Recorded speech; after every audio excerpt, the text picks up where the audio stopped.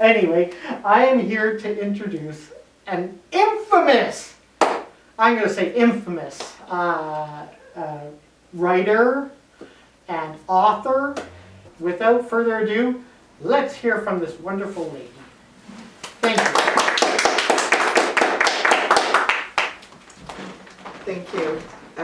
I'm going to start off with a little joke because I went over my bio today.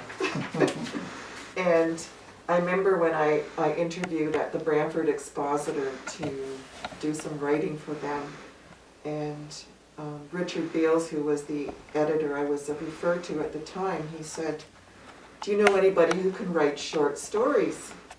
And I said, "Oh yeah, I can do that." Now, I never wrote anything short.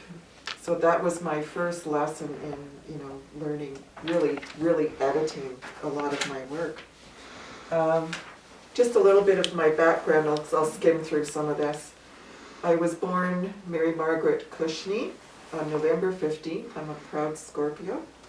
Way back in 1953, and I was born in Stony Creek. I have one older brother by 3.5 years. When I was 4, we moved to the Binbrook area, and then we moved out to Peter's Corners when I was 13. Went to high school at Dundas District High School, which is no longer a school at all, it's condominiums. But I had a lot of entertainment looking out the window at the Webster's, at the falls that were right there by the school. Yeah. Upon finishing high school, I wanted to apply for journalism, and I was told that that was no job for a girl and I had better be a teacher or a nurse. That was what girls should be back in those days. So I didn't want to do that because my mother suggested it. I was a teenager. So I applied for library technician. I was accepted at 2 colleges for library technician. When I went to the one interview, the professor looked at me and he said, "You don't really want to do library technician, do you?" And of course my parents are sitting there and I'm going, and then I quietly says, "No." And he says, "Well, what do you want to do?" And I said, "Journalism." And he says, "Okay, well that should be no problem." So he filled out the papers and said, "We'll let you know in a couple of days." So when I was in grade 12, I decided I should get honors if I wanted to get into any school, college. Back then you could, kind of do that, and up to that point I hadn't really cared what kind of marks I got as long as I passed. So, but grade 12 was important, so I studied a little bit and got honors. So the acceptance came, and my dad, he said, "I'll pay your first year through." Because I'd committed to go counsel at a church camp that summer. And my mom made some kind of funny comment, and being a teenager, I said, "Well, that's okay, I'll work for a year and then I'll pay my own way through." That never actually happened. I ended up going back to school and to Mohawk, but to stenography course, and became legal and medical terminology, shorthand and all that stuff. Ended up getting a job with Gulf Oil. During that time I thought again about going back to school, so applied at Mohawk College. The counselor on the phone said, "If you apply for the journalism, you'll get in, but if you apply for your social work," which was my second choice, to work with teenagers, he said it's a really tough vocation to get into. So what did I do? I applied for social work. And the computer said I wasn't compatible for that. So I just stayed working with Gulf Oil and left it at that. I got married in 1978, still married to the same fella. We had 4 children. At the last count, I have 10 grandchildren and 3 step-grandchildren. And family life has been quite an adventure for me. When I was around 34, I returned to school. I started doing university through correspondence because my husband thought I would make a good school teacher. Everybody wanted me to be a teacher. And of course, one of the first courses I took was essay writing, and that just kind of unleashed that smoldering dream that I'd always had since I was a child.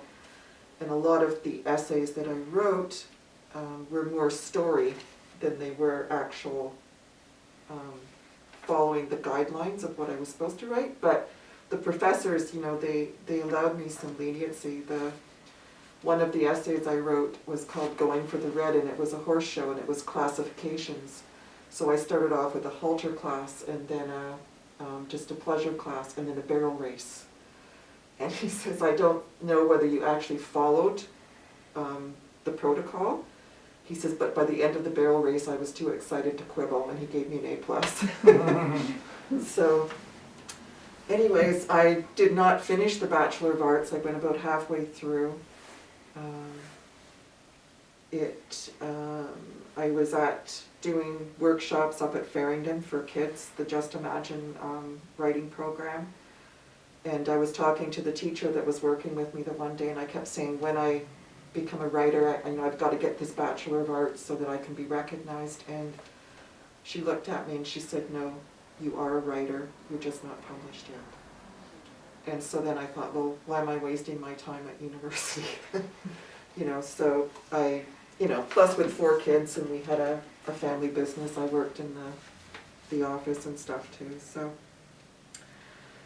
Okay, so as a child, as I said, growing up, I was a dreamer, and all I ever wanted to do was write stories and become a famous Canadian author. Throughout high school, I survived the wallflower syndrome by writing poems and stories. Any subject where there was writing involved, I thrived. Maths and sciences, I detested. I wrote a story in high school called Purse Full of Heroin, and it was a court case. And, a girl got caught with heroin in her purse and whatever. I still have it somewhere, but I tend not to throw anything out. I also began writing plays. The first one that I wrote, and I've kept it, it was called Red Rose and the Seven Finkels. And it was written for a puppet show at the church camp that I went to. The one director, she came to me, she was doing the crafts, and she said, we're making puppets. Can you write us a play?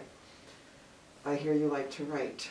And so I had 2 or 3 days to put this together and hand it to her. And so they performed Red Rose and the Seven Finkels. And it was also performed at my children's school when they were in grade 4. There was a time when I didn't do much writing. My dreams sort of got buried. If someone asked me for something, a play or something, I would spin it off. I worked with a youth group and we did some plays there. One of the Palm Sunday services was a play that I wrote, He Who Conquered Death. And then I wrote plays for the youth group themselves to perform, and I think it was Angela and the Angels. So it was the Scrooge theme, and they did a great job. I always made them musical as well. The fans decided they wanted more, and so we went with 3 more. So now it's actually the Knight's Vampire series, and this Knight's Temptress starts 17 years after Knight's Return leaves off. I talked about doing the Just Imagine program at the Board of Education to encourage children never to give up their dream of writing if that's what they wanted to do. And I was also involved with the Brantford Writers Circle for a number of years. I was one of the original members way, way, way back when it first started with Teresa Davis was the president, and people like Isabel Behrens and Linda Geary, Stan White and Neil Stoneman. They were all there during that time. I've produced pages and pages of writing. Some's good, some's okay, and some, well, there's always editing or paper shredders. I've written novels, songs, short stories, plays, anything that pops into this head, and I've encouraged others to write and get their work out there. Okay, after I passed the half-century mark, and my youngest child turned 18. He is now going to be 34 this year, so I'm giving away my age. I decided to return to school again, but I took a special interest course, freelance journalism, at Waterloo University. So what I'm saying is that what is truly in the heart of someone should never be snuffed out. Okay, I was coming full circle. I was no longer just going to be the great Canadian writer I'd always wanted to be. I was on the road to accomplishing my dream. We talked about the vampire. I'm really blessed by the success of Virginia and Vassarab and their family saga. After the freelance journalism course, I freelanced for the Brantford Expositor, writing special interest articles and their short story column. When the big corporations took over all the smaller newspapers, the columns were cut, and despite the Expositor's chief editor fighting for my short story column because he knew how many people read it, he was still forced to cut it. And I had just started a serial mystery, which I had introduced, doing serial stories to them. And I'd done 3 parts of it. My daughter was getting married that year, so I'd written all 13 parts to this ahead of time so that I could just, send them in. And he asked the higher up people, can she just finish this one? And they said no. So that was the end of that. But what it did was give me a little kick in the butt, and I put all those short stories together. And this is the 2nd edition, a new cover of From the Heart. And those are all the nice touchy-feely stories in there. And I published it under a publishing company that I had began, and that was Cavern of Dreams Publishing. So, okay. I continued my writing journey sporadically between life's obligations, but eventually was able to give up my day job in the family business and focus more on my dream. I dusted off several of my children's stories that I wrote back in the 90s and had them sitting on the shelf. I had them translated into French, after which I published them as bilingual coloring books for children, and then the following year I published the same books in full color. And Shelley here she actually put color to 3 of the books, and she did the pictures for a 3rd, for one of those books as well. And in 2020, last year, I put together the Bedtime storybook,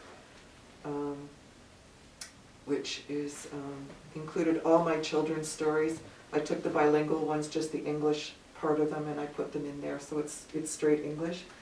But it's got I call it from cradle to teens, so that it can make the whole family happy.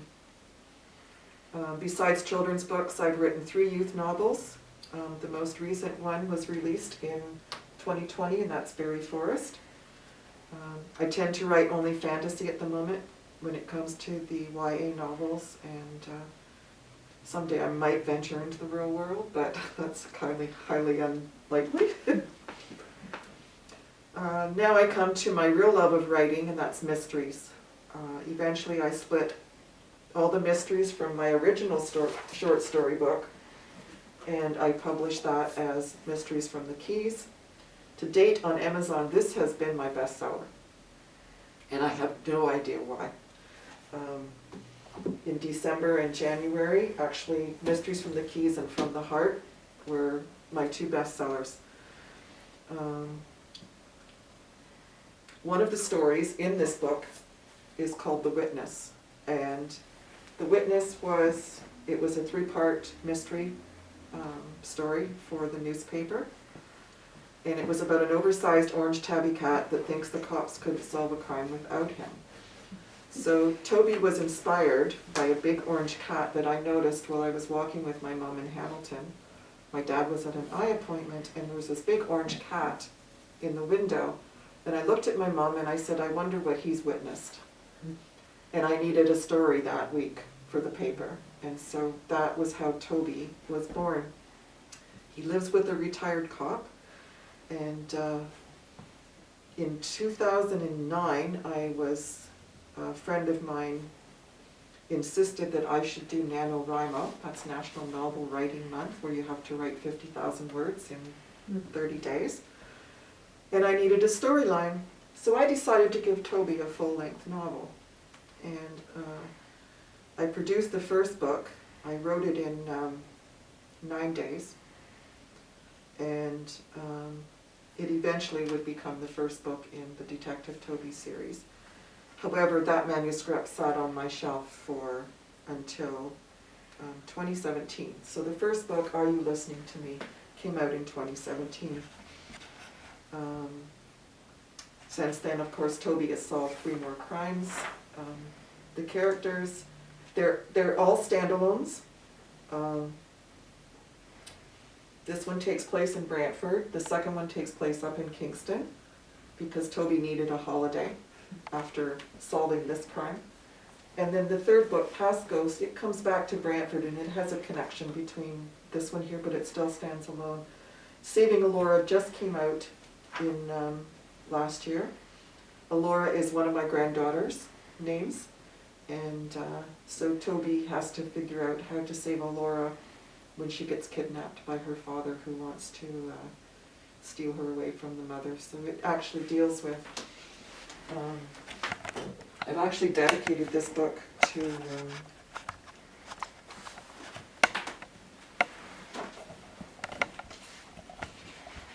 can get to the page where I have the dedication.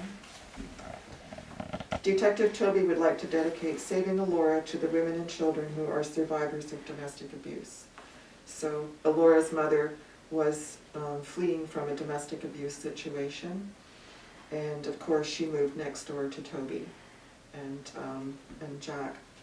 So, just a little bit about this one. Detective Toby, our favorite feline sleuth, is upset at who and what he sees moving in next door, where his friend Emma used to live.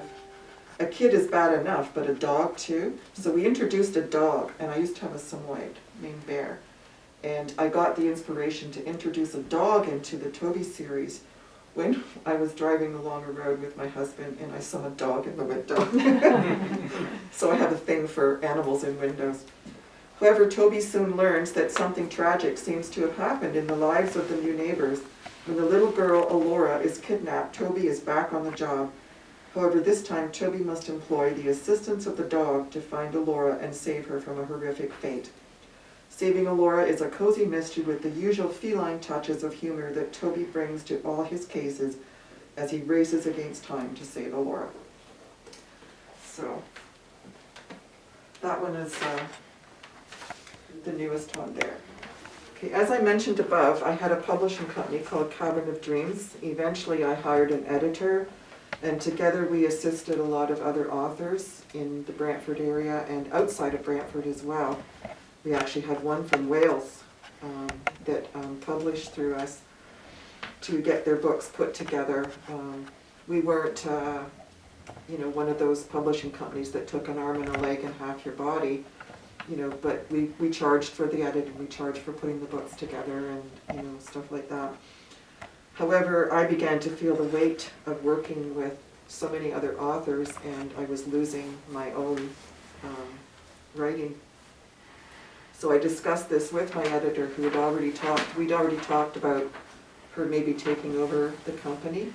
So I turned my company over to her in 2017. And so I've been rebranding myself since then as Writer on the Run, as opposed to Cavern of Dreams. It's been quite a journey for me, and it's not over yet, because now I am learning, or trying to learn, the different marketing techniques to get my books out there, because we can't do book signings in bookstores anymore. We're not going to events with our books and meeting people face to face, and it's, maybe in some ways it's good because it's kind of kicked my butt to get out there and, learn Amazon and all that stuff. It's a slow process, and sometimes life still gets in the way and causes hiccups along the way, but I'm persevering. I haven't hit the bestseller list on Amazon yet, but give me time. At the beginning of 2020, I was barely selling any books or units on Amazon. Now, since the end of 2020 and beginning of 2021, I am selling books every day. This excites me to no end, to keep pushing forward and to learn how to advance my sales, not only on Amazon, but on some other venues as well. Some of them are connected with Amazon, and I've started trying to utilize them as well. The only thing is, like with KDP Select, you can't be on other things if you're on that, but I kind of rationalized that KDP Select gives you, I think, 5 or 7 days every 3 months to do a promotion for free, or 99 cents on their ebooks, and I kind of weighed that against the opposite. Well, if I'm on these other sites, that I might be able to get more sales than what I'm getting out of that small promotion from there. 2020 was a difficult year for everyone. I missed doing the face-to-face book signings at bookstores and craft events. I mean, I loved it. I was starting to get people come up to my site and ask, you know, do you have any new books and stuff like that, and that was exciting and very, very heartfelt. I also lost both my parents in 2020, my mom in January and my dad in December. So my focus on writing has really not been there. You know, my fans have asked for another vampire, you know, they've asked for more Toby, and, you know, I've started some of them, but I just don't seem to have the focus at the moment. So I'm not really writing anything new, but what I am doing is I'm digging through all those pages that I have sitting on my shelf and binders with stories in them, and I'm putting them into the computer to see what I'm going to do next. So they're sitting, you know, a lot of them have been sitting there on the shelves crying out. So, and most of them, you know, believe it or not, are mysteries. So I'm enjoying typing them into the computer. So I guess that will be a big problem I have, is deciding which one of them I'm going to take now and publish. Over the next few years of my life, whatever God grants me to live, I shall write and publish and pursue the dreams of that little girl that was born in Stony Creek so many years ago, and try to live by the motto that I have on my website and everywhere.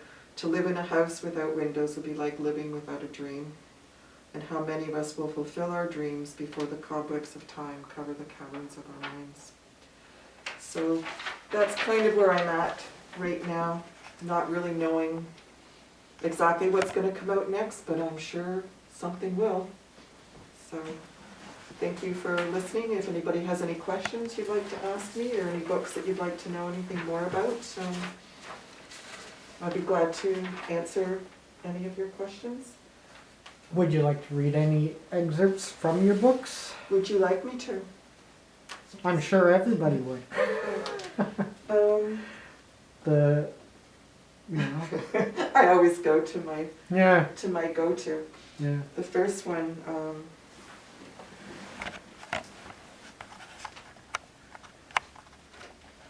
okay, Night's Gift, where it all began. I began running down the stairs, taking some of them 2 at a time. I stumbled several times in my haste, but the railing saved me from tumbling to the bottom. I prayed that wherever these steps led, it would be better than where I had just been. I could smell the moisture from the walls. I could hear the dripping water up ahead. All of a sudden, I felt a rush of fresh air. I could not believe my good fortune. I had actually managed to stumble on a way out. I wanted to shout for joy, but did not dare for fear they would hear me.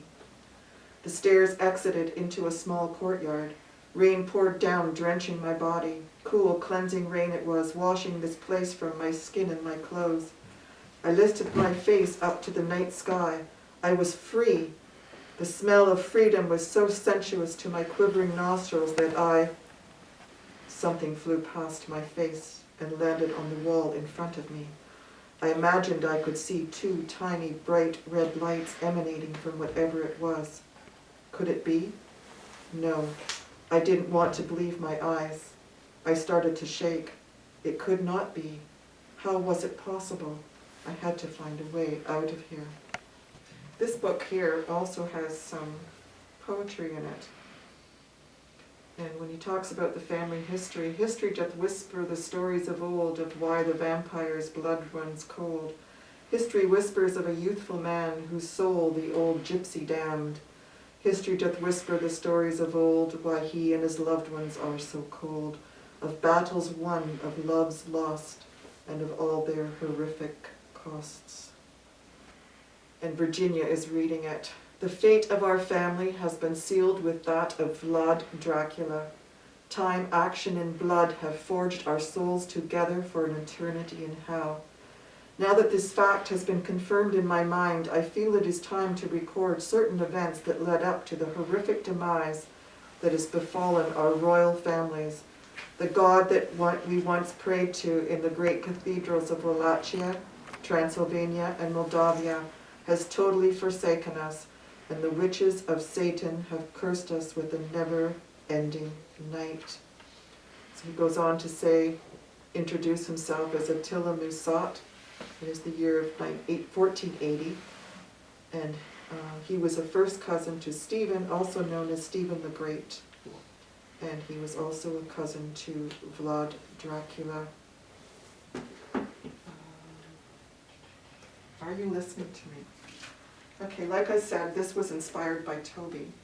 It was also inspired by someone that I knew who had been diagnosed as a paranoid delusional individual. It was somebody close to me, and I was kind of like, oh, well, that's what's wrong with him, kind of thing.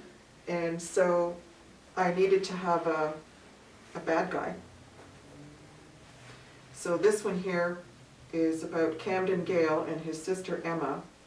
They've had a tough life. Camden has become paranoid delusional about everything and everyone around him, and he and Emma are always moving. When things begin to heat up for Camden on the West Coast, he takes a job at the new gym in the small city of Brantford, Ontario. However, Camden, who is hoping for a fresh start, is losing complete control of his emotions. Does Camden stand a chance of keeping his dark deeds a secret when he and Emma move next door to a retired police officer and an overzealous orange tabby cat by the name of Toby, Detective Toby? Toby has a feline sense for solving crimes, and the moment he meets Camden, he smells trouble. Are You Listening to Me is a murder mystery with a comedic feline twist. So this is what everybody loves about the Toby series, is that he solves these crimes, and you have some really bad guys there, but you also have Toby, who is very humorous, and all of his thoughts and everything that he's thinking is all in italics throughout the book, so you know exactly what he's thinking. Okay, I guess Fairy Forest, you want to hear about that one? The Irish have always believed in fairies, and this is the month of fairies. Okay, as civilization expanded though, humankind began encroaching on forests where fairies roamed freely, driving them from their homes. The fairies finally took refuge in a vast tract of forest in the heart of Ireland, building their new home beneath the roots of the ancient trees. It is called Fairy Forest. Many centuries ago, the fairies went to the humans in the town that had jurisdiction over Fairy Forest and asked for protection of their woodland. A time-honored pact was established between humans and fairies, stating that no human would set foot inside the forest to destroy any part of it. It would forever be a sanctuary for the fairies. A stone wall was built around Fairy Forest to keep out those tempted to enter, especially those who did not know of the historic agreement. The final paragraph in the document stated the treaty was good for as long as there was even one fairy alive, and for as long as the surrounding towns had at least one human living in them. So it was written, and so Fairy Forest remained untouched until now. So what's happening is there's a developer that comes in, and some of the fairies find the machines, and they run down and they tell them, and then the fairies and the elves, they make plans, and they kind of thwart they thwart the bad guys. The Silver Tree is all about saving the magical unicorns. It's a little bit older read, there's quite a bit in it, so it's for older kids. Actually, even adults can enjoy this one. It's full of fantasy. It's got the unicorns, it's got magic, fairies, creatures of the forest, dragons, witches, and so much more. It's just filled with a real quest to save the unicorns. And the last thing I'll talk about is my poetry book, Picking Up the Pieces.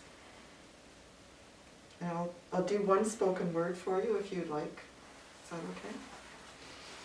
And this is technically written for women to let them know that they're not alone in this world. That, you know, they have sisters, you know, and brothers, you know, out there that have gone through the same things or can help them through whatever they're doing. This one is called I Want. I want to be drunk on life. I want to inhale the fumes of joy, of love, of living in the moment. I want to be able to look in a mirror and love me, not worrying about what others think I should look like. I want to revel in the rain, lifting my face to the sky so heaven's tears can rain down on me, wrapping me in a cloak of oblivion, so I can dance in the streets, in the malls, in my home, in nature, naked, unconstrained.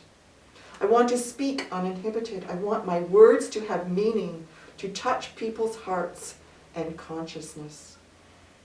I want to exclaim my joy, releasing it for all to share. I want to bellow my anger without fear of condemnation of my feelings.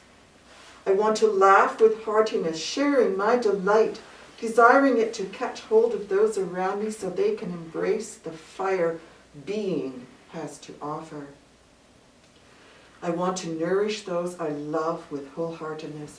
I want to show them the pleasures of living, of moving forward, of letting go of their hurts, of forgiveness and forgiving. I want to embrace my lover, neglecting conveyed rules of right and wrong, protocols that have imprisoned my passion. I want to follow my dreams to the end of the rainbow, where I can thrust my hands into the pot of gold, grasping hold of the fruits of my labor, breathing in the delight of my moments of realization.